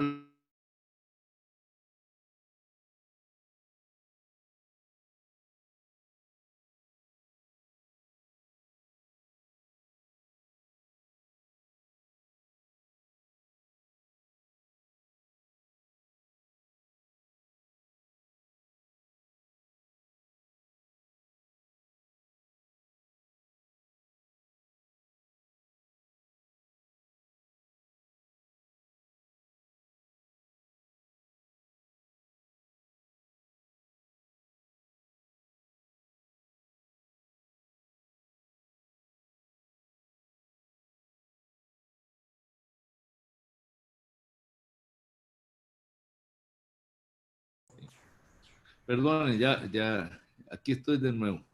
¿Se escucha bien? Sí. Sí, señor. Si usted me garantiza que se van a tomar las medidas para evitar el COVID, de acuerdo, y proteger la salud de las personas, pero si usted me garantiza que se va a respetar el artículo 8 de la Convención Americana de Derechos Humanos, que se llama garantías judiciales mínimas, porque son mínimas, es que no tenemos un derroche de garantías, más bien tenemos una visión restrictiva del garantismo por razones prácticas, y que vamos a garantizar las normas de la parte general del Código Procesal Penal. Yo le diría al juez, si usted logra compatibilizar sus razones prácticas para no enfermarse de COVID ni que nadie se enferme aquí, con eso yo no tengo ningún problema. yo no tengo ningún problema. Es que a veces pensamos que tenemos un exceso de garantías y que entonces mejor proteger bienes jurídicos como la vida y como la salud. Pero vieras que no tenemos tal exceso de garantías, tenemos cosas muy básicas. Y entonces yo creo que sí se puede trabajar de manera responsable y de manera equilibrada. Todas las historias de todos los sistemas procesales es eso, razones prácticas versus el mantenimiento de algunos principios. La frase con la que yo terminé la conferencia, o con la que empiezo un documento un poco más amplio que elaboré para hablar de estos temas, dice así: a diferencia de las enfermedades del cuerpo, las del espíritu siempre las podemos evitar. Un sistema punitivo que no respete la libertad o la dignidad humana es siempre un sistema enfermo que debe curarse o morir. Esa es la frase original. Esa es la frase original. Las enfermedades son inevitables. El COVID lo podrá usted obtener en el mismo lugar donde se lavó las manos, tal vez, por tocar inadecuadamente el tubo donde lo pusieron a lavarse las manos. O el guarda que le puso el termómetro electrónico para el ingreso, ese cuando le habló, le lanzó unas micropartículas y ese guarda tuvo contacto con alguien con COVID. Es decir, estas cosas difícilmente las podemos controlar, las podemos más o menos trabajar, pero en algunos casos son inevitables. Lo que sí es controlable es el respeto de las personas y el respeto de la dignidad humana y de los derechos fundamentales. Entonces, esa es mi posición, ¿verdad? Salud versus derechos y garantías. Yo creo que lo primero difícilmente lo vamos a controlar como quisiéramos. Lo segundo, sí lo podemos controlar. ¿Alguna pregunta? Don Gustavo, creo que tiene más preguntas ahí en el espacio sin contestar. Sí. No sé si le da hasta arriba y puede ir viendo las que tiene. Responder en orden, dice abrir. Donde dice abrir dice que no hay más preguntas, más. Algo tal vez estoy haciendo mal, pero no hay más preguntas. Pero si hay alguien que tiene una pregunta a viva voz, yo no tengo objeción de tratar de contestarla, ¿verdad? No tenemos todas las respuestas. Nadie es infalible, pero con mucho gusto. No tenemos, don Gustavo, no tenemos activados los micrófonos de los participantes, ya, lastimosamente. Ya. No sé si puede cerrar su espacio de preguntas y respuestas y volverlo a abrir, a ver si le salen las preguntas, perdón. Sí, ya lo cerré, lo volví a abrir, pero no. Si yo se las leo, usted... Sí, por favor. Sí, por favor, muchas gracias. Le voy a leer, con mucho gusto, le voy a leer todas las que tengo, usted va diciendo si ya contestó o no. ¿Cómo puede, vamos a ver, si nos puede extender el tema de la creación de nuevos tipos penales y estos al lado de la carga probatoria? ¿Cómo puede cambiar esta última a raíz de la coyuntura actual? Sí, bueno, la creación de tipos penales, para mí,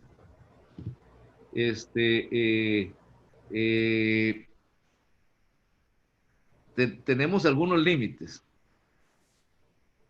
¿A qué me refiero con esto? Yo puedo entender delitos de peligro concreto,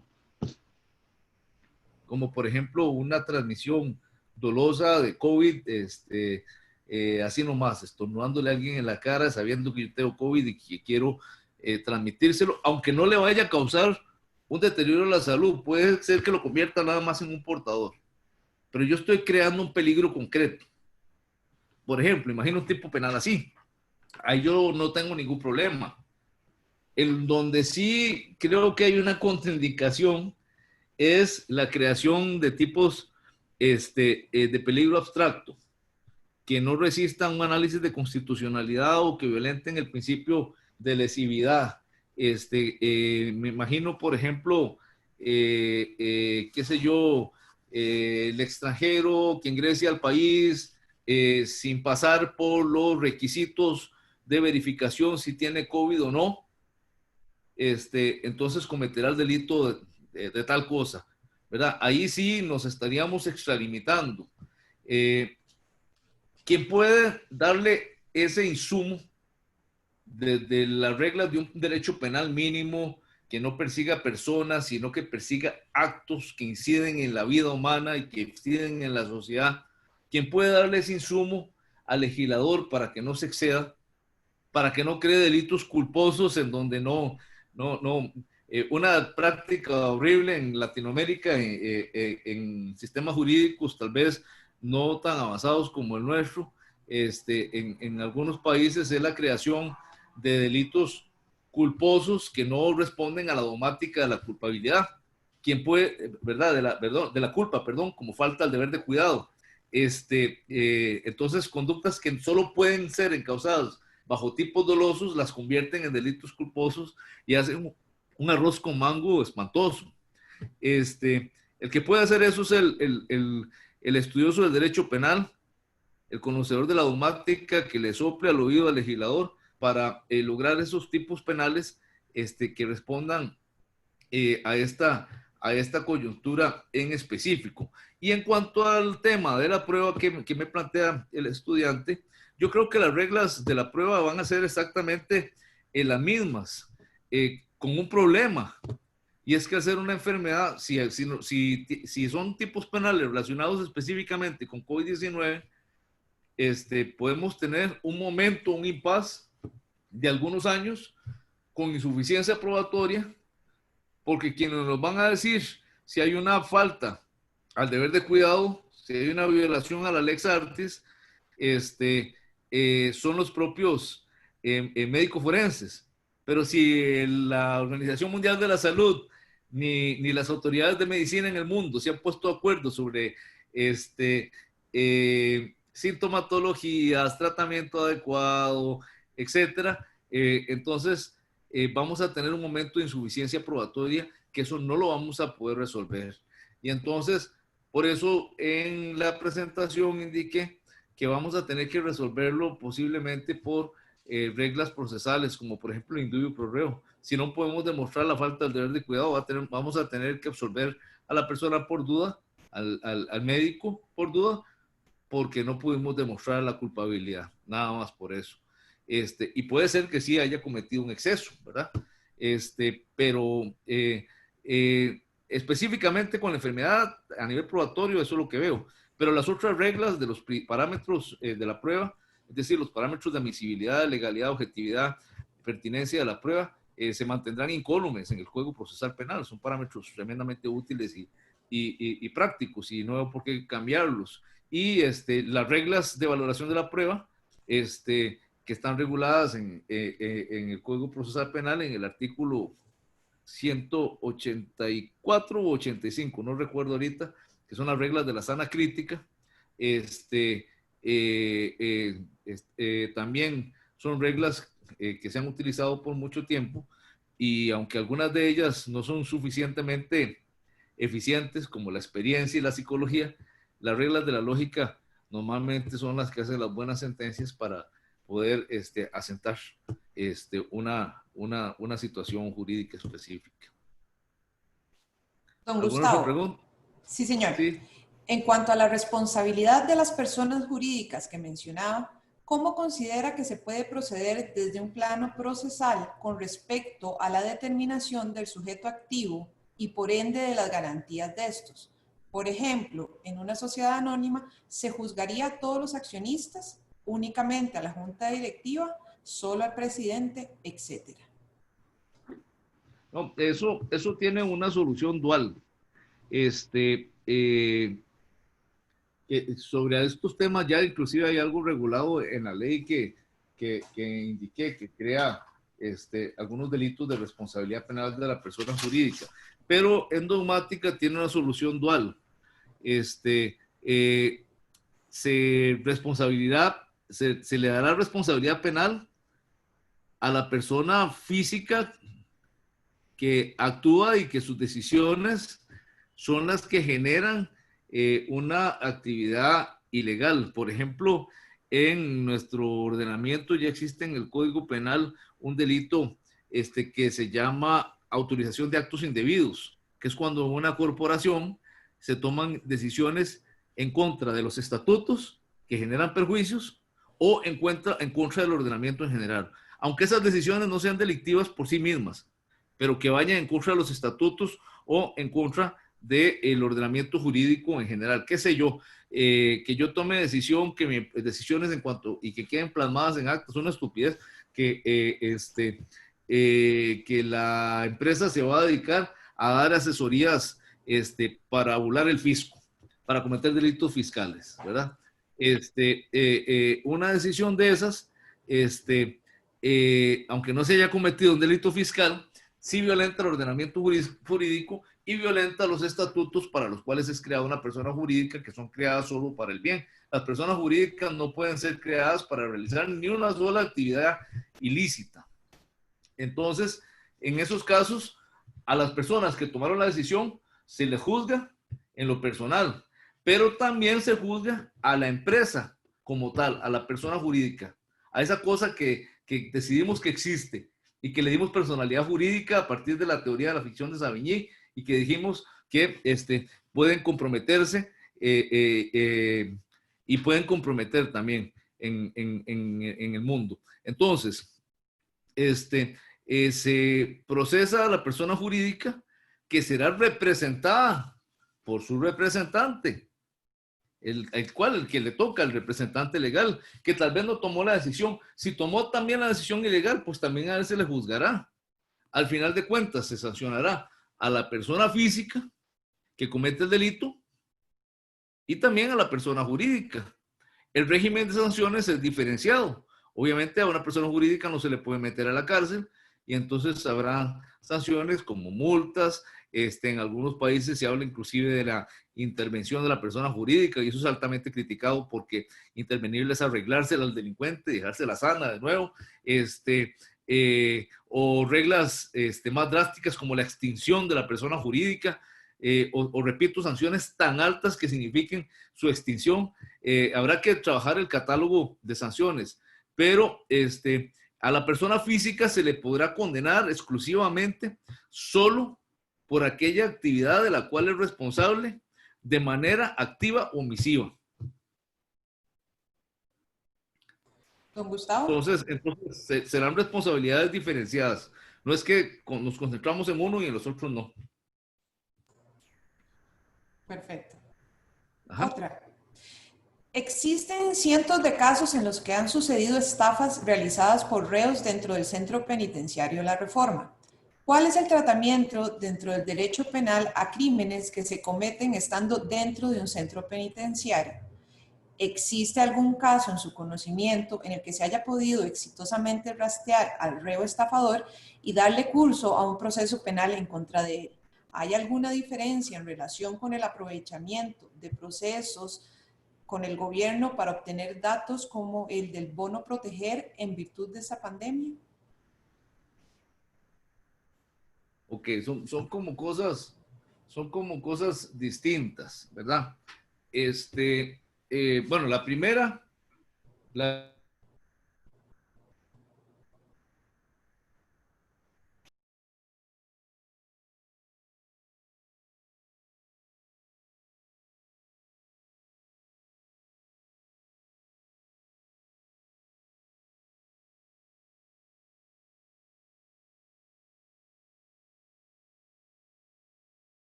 Perfecto, don Gustavo. Bueno, la primera, los delitos que se cometan en centros penitenciarios serán juzgados exactamente igual. Ahora que abrir una investigación, se indagará a la persona, se le dará derecho a la defensa público-privada, las pruebas que se recabaron en el lugar pues se utilizarán. No conozco un caso específico, o sea, que yo haya llevado sobre una estafa desde el centro penitenciario, ¿verdad? A través de de estas centrales telefónicas que la prensa difunde que existen en esos lugares. No conozco un caso en específico de esto, pero por ejemplo, sí hay muchos casos en donde un reo lesiona a otro, donde lo mata, en donde se cometen delitos sexuales y se denuncian y se tramitan exactamente igual, ¿verdad? Con los mismos derechos y garantías que cualquier persona, porque ese privado de libertad, a final de cuentas, sigue siendo un inocente hasta que no haya una sentencia firme condenatoria que lo sancione. Con respecto al tema de la utilización de datos en un bono, yo no sé si la información que existe en algún programa que sistematice ese bono sea información sensible, ¿verdad? Si hay un uso ilegal de información sensible, pues eso se tamiza a través de distintas posibilidades de delitos de función pública. No he escuchado que haya sucedido nada de eso con respecto a ese bono en específico que cita el estudiante. Pero además de eso, él lo liga a un fraude. Obviamente, a un funcionario público que se le conoce que utiliza información a la que tiene acceso para cometer algún fraude, cometerá los distintos delitos que corresponden como funcionario público, que sí lo trato, sí lo manejo en el documento que preparé para estas conferencias. Yo hablo de dos tipos de delincuencia que también saltarán en esta crisis, que son los delitos contra la autoridad pública, como por ejemplo la desobediencia a la autoridad, el incumplir las restricciones, que les hablé, que está en la parte de delitos contra la salud, también el no acatamiento de una orden, por ejemplo, de la Sala Constitucional, es un delito especial que está en la Ley de Jurisdicción Constitucional, pero también posiblemente por el grado de movimiento que genera todo esto del COVID, puede ser que según el estado en el que estemos, surjan, y según los funcionarios públicos que tengamos, surjan algunas actividades como el prevaricato en la modalidad de resolver administrativamente o inclusive jurisdiccionalmente contra la ley, que está regulado en el artículo 357, el fraude de ley, que es utilizarse la ley para burlar el ordenamiento jurídico sobre pretexto de situaciones de emergencia. O sea, si alguien, por ejemplo, qué sé yo, utiliza una ayuda hacia personas, no estoy hablando de ese bono en específico, que no conozco las características, pero si alguien utiliza información sensible, justificado en la ley, pero con el fin espurio de realizar actividades ilícitas o para fines electorales, por ejemplo, estoy nada más especulando, inventando, pues, podría ser un fraude de ley que está regulado en los artículos 5 y 58 de la Ley contra la Corrupción y Enriquecimiento Ilícito.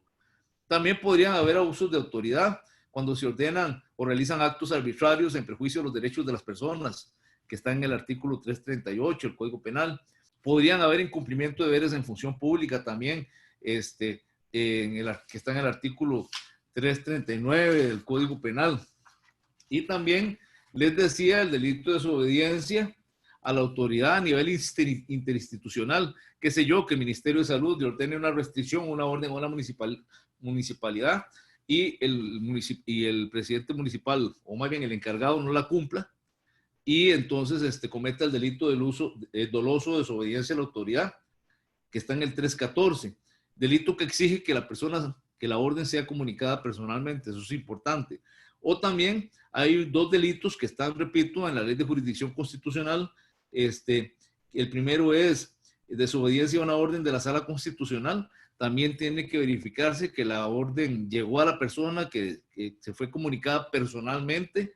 Y también hay otro delito que es bastante curioso, bastante relevante, que es cuando un funcionario público ya fue parte de un proceso de amparo, un ciudadano lo denuncia ante la sala por por la violación de un derecho constitucional, la sala emite la resolución, declara el derecho, declara la infracción, obliga al funcionario y luego ese mismo ciudadano se ve obligado a iniciar otro proceso de amparo porque incumplió, ¿verdad? Eso está en el artículo, en los artículos 71 y 72 de la Ley de Jurisdicción Constitucional. Yo preparé un documento un poco más amplio que se llama Derecho Penal y COVID, que habla de la parte general, de la parte de tipos penales específicos y de la parte procesal, con algunos comentarios sobre lo que yo preveo que pueda suceder en este ambiente un poco caótico. Voy a conversar con las personas que administran esta actividad para ver si es posible colgarlo o suministrárselos. Yo le tengo que pegar una revisadita, afinar unas cosas y para ver si es posible, pues hacérselo llegar con mucho gusto, pues para que quede más completa la presentación. Muchas gracias, ¿Alguna don otra Gustavo. pregunta? Sí, señor. En el caso de esta pandemia, ¿se podría aplicar el artículo 270 del Código Penal sobre violación de medidas sanitarias? Sí, sí, claro. Déjeme, ya le digo.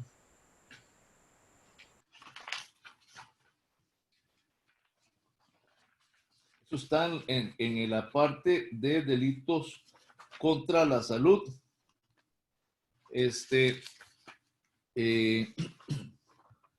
277 tengo yo. Voy a revisar porque puede ser que tal vez tengo ocurrida la numeración yo o la tenga la persona que hizo la pregunta, pero el tipo penal es el mismo. 277, violación de medidas sanitarias. Será reprimido con prisión de 1 a 3 años, también lo cito ahí en el documento que preparé, con prisión de 1 a 3 años o 50 a 200 días multa, el que violare las medidas impuestas por la ley o por las autoridades competentes para impedir que la introducción o propagación de la epidemia se dé. Luego habla de enfermedades de plantas y eso, pero me interesa aquí cuando se habla de una enfermedad, de una epidemia específica. Esta norma castiga la violación dolosa de lo que emitió el legislador, es decir, la Asamblea Legislativa, para evitar que continúe la epidemia, yo lo violento. Entonces, yo cometo el delito, pero también cuando violento las decisiones administrativas emitidas para evitar que la epidemia se propague. Y hice la aclaración hace un rato de que debemos diferenciarlo del delito de desobediencia a la autoridad, porque esto son reglas generales emitidas hacia la población desde la ley o desde la administración a través de los canales oficiales. Si yo las violento, cometo este delito. Pero si yo tengo una restricción puntual porque tengo COVID y no me dejan salir de la casa y me voy a una reunión o salgo al supermercado y no cumplo con esa restricción que me ordenaron de manera personal, que he notificado, entonces cometería el delito de desobediencia. Hay un tema importante. Yo escuché, no lo tengo muy claro, pero escuché que el ministerio iba a comunicar vía correo electrónico las restricciones. O sea, si yo tengo COVID, no me van a llegar a decir nada más me van a decir, usted tiene COVID, se queda en la casa tantos días. Ok, eso está perfecto. Pero si no se logra probar que la comunicación se dio personalmente, es decir, que yo tuve conocimiento de la orden, no me van a poder sancionar por este delito. Entonces, con solo que yo diga que no leí el correo, que lo abrí pero no me fijé, que no le puse atención, no se va a garantizar. Para poder condenar a una persona por desobediencia a la autoridad, por una restricción específica, que quiso desobedecer a alguien, habrá que hacer la gestión de manera personal y asegurarse que entendió. ¿Por qué digo asegurarse que entendió? Porque se tiene que también excluir que no haya un error de tipo o un error de prohibición invencible, dado que en estos tiempos, y así lo cito en el trabajito que alisté, en estos tiempos hay desinformación o informaciones encontradas o confusas de los mismos centros de poder que podrían generar, repito, un error de prohibición invencible. Yo creí que sí podía salir con determinadas restricciones, o yo creí que no estaba específicamente dentro de lo que hice no estaba específicamente dentro de las restricciones, ¿verdad? Yo creí que saliendo nada más al residencial donde vivo y correr por ahí, que todavía yo podía hacerlo y que no me habían restringido, que no tenía que estar detrás de la puerta de mi casa. ¿Alguna otra pregunta? Sí, señor. ¿Es posible que nos extienda su opinión acerca de la situación de los privados de libertad a raíz del COVID-19, así como su Ya, parecer en las decisiones o en relación a los procesos relacionados con investigaciones en proceso de la Fiscalía o del OIJ? ¿Qué actividades recomienda para que se agilicen las diligencias? esa también Ok, ya la vi. la otra es, Con nos permiso. podría facilitar, sí, no, no se preocupe, nos podría facilitar los números de las resoluciones de la Sala Constitucional referentes a la violación de derechos por las restricciones ocasionadas por las papeles. Sí, Esa sería la última. deme un segundito y ya se la doy. Espérese un segundito.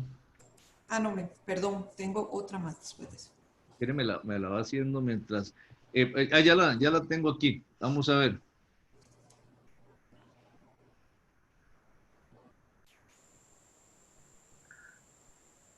Hay una donde se recibe un testimonio de una ofendida sin la presencia del imputado, que esa más bien es contraria al derecho de defensa, o más bien dice que no se violenta el derecho de defensa.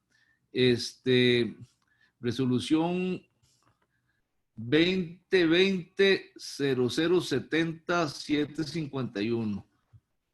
2020-0070-751 de las 9 horas 20 minutos del 8 de abril del 2020, muy reciente, ¿verdad?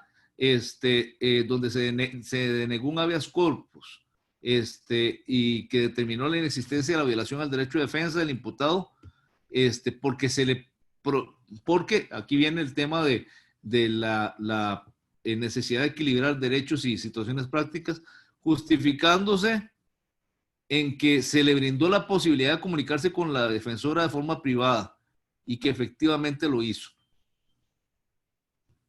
Eh, y además, la que sí me interesa más es la 2019, también reciente, del 020584, de las 15 horas 5 minutos del 23 de octubre del 2019, donde la Sala Constitucional, escuchen qué interesante, condenó a un juez de ejecución de la pena por no realizar una audiencia para conocer de un incidente de libertad condicional. Argumentó el juzgador que carecía del equipo suficiente para realizar la videoconferencia. La sala no consideró válida dicha justificación y ordena realizar la audiencia utilizando los medios que las nuevas tecnologías facilitan.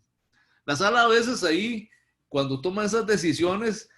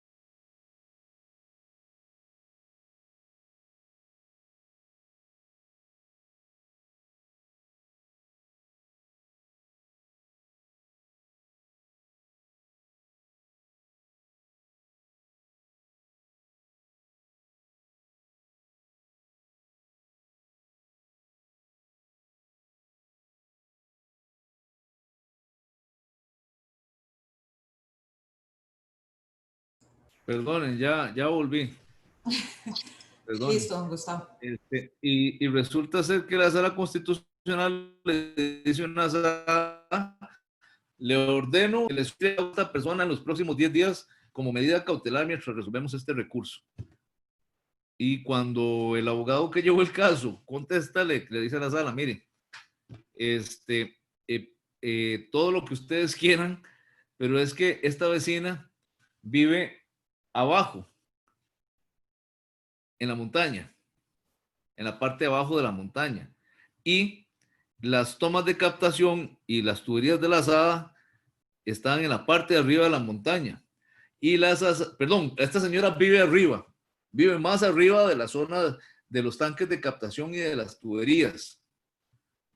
Y las asadas de nuestro país no trabajan por bombeo ni con medios eléctricos para llevar agua de un lado a otro, sino que trabajan con la pendiente, trabajan con la física. Y entonces es materialmente imposible suministrarle el recurso.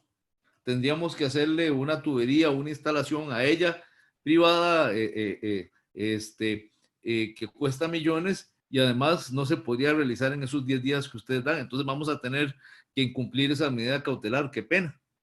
¿Qué hizo la sala para solventar esa falta de atención hacia temas que a veces se les va de las manos porque manejan principios constitucionales, pero a veces no los aterrizan en la vida práctica de las personas? Resolver el amparo en esos 10 días, declararlo sin lugar y decir dos cosas: que es materialmente imposible suministrarle el líquido a la persona, el recurso agua, y además de eso, que se demostró que a esa persona no le correspondía geográficamente esa asada. Entonces, ¿qué quiero decir con esto? Que sí, esta resolución de la sala le dice al juez, hágalo por los medios tecnológicos, pero el juez le está diciendo, para mí no son suficientes, ¿verdad? Esas órdenes de la sala muchas veces tienen un problema y es que tienen que ser un poco más aterrizadas. La sala podría verse informada, tiene todo el insumo para verse informada y decirle al juez, hágalo a través de este medio que existe, es ¿verdad? Pero a veces la sala dice, hágalo como pueda, y a veces simple y llanamente no se puede, ¿verdad? Esas son las resoluciones que cité, donde había habido discusión sobre estos temas y en específico una sanción por violación al derecho de un imputado por el tema de los medios tecnológicos. Sí. Disculpe, la última pregunta para cerrar la actividad es un caso, Sí, dice. sí, sí. En un supermercado está sumamente lleno debido a esta pandemia. Los guardias están ayudando. Ya. Entonces, don Gustavo, si gusta su despedida y cerramos la actividad. Bueno, yo les agradezco mucho a los que se han quedado hasta el final. Estos temas a veces son engorrosos y esta modalidad a veces tiene la dificultad de la inmediatez que implica la lección en vivo. Pero felicito y agradezco a la gente de informática y también a la escuela por esta iniciativa tan buena y tan útil en estos tiempos. Y también, obviamente, le agradezco a todos los asistentes y los que me han brindado su atención. Y por ahí vi un mensajito de que sí se va a poder suministrar el documento. Entonces, yo lo voy a terminar de afinar, y posiblemente para inicios de la otra semana, el lunes, ya yo lo he suministrado a la gente de informática para que se lo haga llegar a los participantes de la lección. Y muchas gracias y pido disculpas si me he excedido en algo, si no he sido claro en algo y pues estamos a la orden. Muchas gracias, don Gustavo. Buenas tardes. Buenas tardes y buenas tardes a todos los presentes. Los esperamos mañana con la conferencia de efectos jurídicos de la contratación administrativa en la época de la pandemia a cargo del doctor Oscar González Camacho. Buenas noches, que descansen.